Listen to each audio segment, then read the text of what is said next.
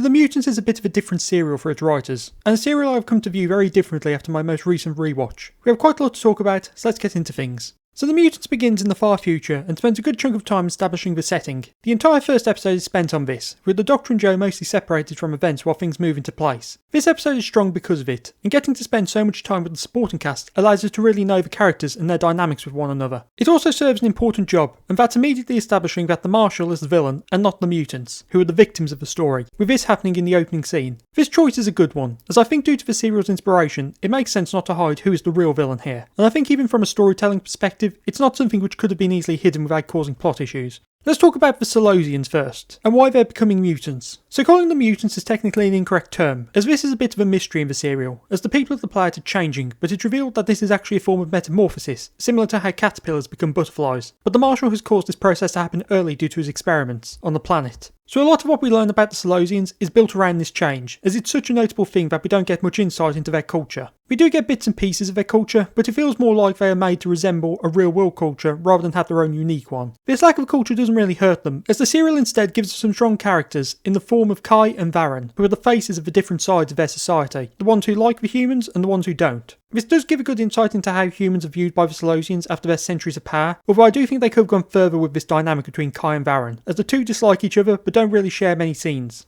With that covered, let's talk about the mutants. So as explained before, the mutants aren't mutants, instead a form of metamorphosis, which has started early. The serial presenting this as a mutation before twisting that idea so it turns out it's natural is a cool subversion, while still allowing the humans to have played a role in it. So we only get a bit of insight into this process, but it's related to the planet Solos' 2,000-year orbit, with each season lasting 500 years. Although based on how the orbit looks, I think that's not right, as it's not a circle, instead a massive elliptical. We get to see all three forms of the Solosians, the humanoid, the insect, and the other, which I will come to when I explain the ending, as it's key to understanding why this serial is one I didn't like for quite some time. With the Solosians covered, let's talk about the humans, or as they're called in the serial, the Overlords, one of the least subtle names in the show. So there are 5 notable ones in the serial: the Marshal, Stubbs, Cotton, Jaeger and Sondergaard. We'll begin with Stubbs and Cotton, who are a bit of a double act, with the two of them being paired up for the majority of the serial, as they are guards who are assigned together. The two of them are quite strong, and they have some great back and forth with one another, which gives the audience a good sense of their friendship. One of the best bits is when Cotton calls Stubbs by his nickname of Stubbsy, as it's a subtle way which really sells their friendship.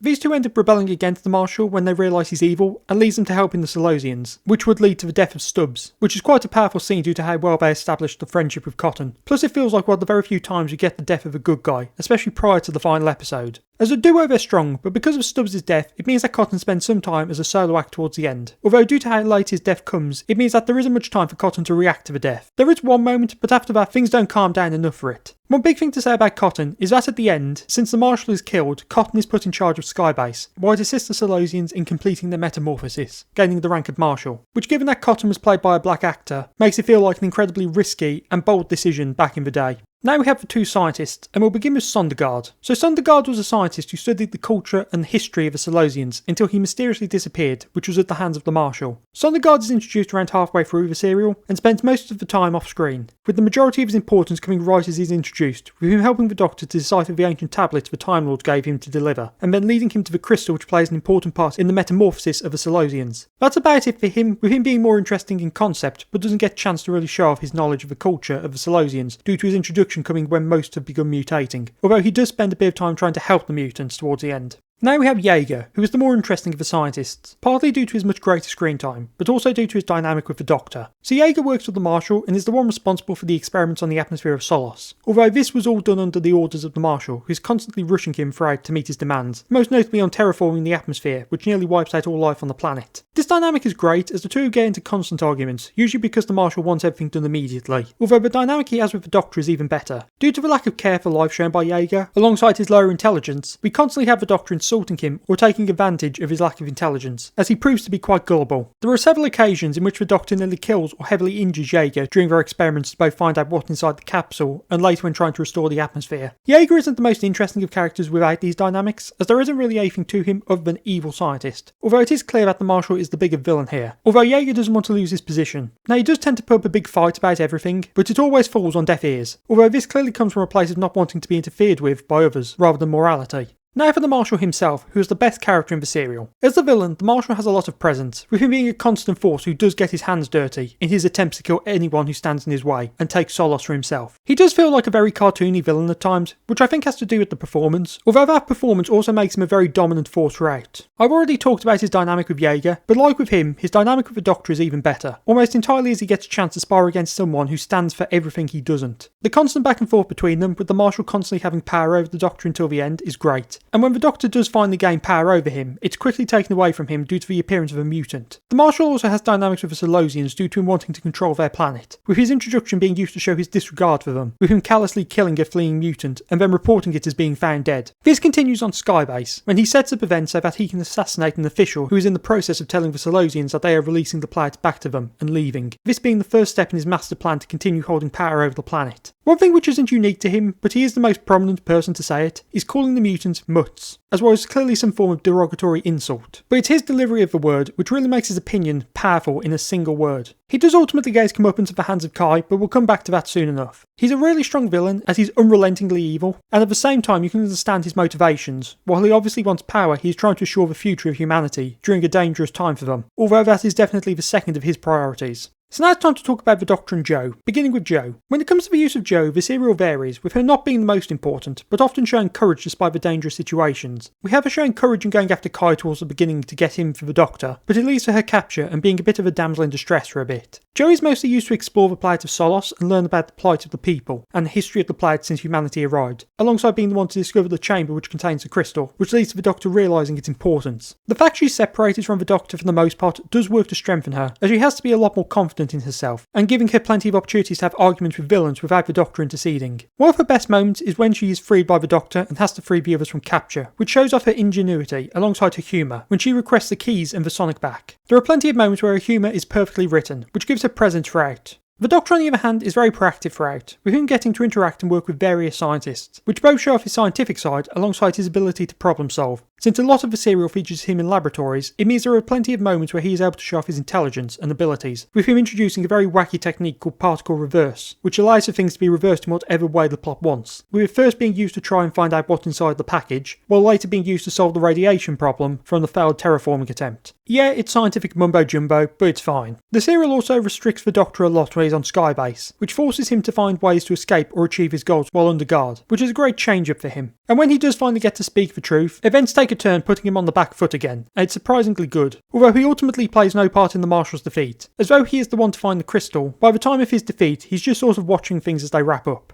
Now let's address the Time Lord's delivery, as this plot point is a backbone of a lot of the aspects towards the beginning of the story. So as explained before, the Doctor had to deliver some tablets which were meant for Kai, as they revealed a clue towards a stone which would assist his people's metamorphosis, although with the Time Lord being Time Lords, it's not anything clear. This expands on the idea which we saw in Colony and in Peladon, with them sending the Doctor to interfere in events, but this time having them be a bit of a more active participant, because right from the start the Doctor knows that he has a mission to complete, and isn't just sort of there by chance. Now while he kind of did in Colony, that aspect felt a bit tacked on, while here the capsule is important throughout until it's opened. So now I have to talk about how this serial wraps up, as this is key to understanding why I used to hate this serial. So during this a lot of scenes are going on, with the Doctor having to help the Marshal to terraform Solos, as Jo, Cotton and Kai are being held prisoners in the refueling chamber. As the Solosian's metamorphosis is assisted by a form of radiation, this is present in the chamber, leading to Kai mutating, but due to the presence of the crystal, his transformation is completed, with him becoming the final form of his species takes, this being a godlike being. So this being is able to pass through anything, interact with our world and even completely destroy people, which is how he kills the Marshal. So on the one hand I do like the idea of once the Doctor is helped, the Solosians are the ones to deal with the Marshal. But on the other hand, the fact that the final form of this metamorphosis is a godlike being is something I've hated since first watch, and it's what made me really dislike the serial as a whole, as it feels like the serial got wrapped up not by the Marshal being defeated, but instead by a character suddenly becoming all powerful for no good reason. It also happens so suddenly and wraps things up so fast. It makes it feel like this ending was hurriedly rushed out because they were running out of time. While this ending is definitely weak in execution, I don't think it completely ruins the serial overall anymore, and have come to appreciate the story a lot more because of that, even if I do hate having to watch that final scene.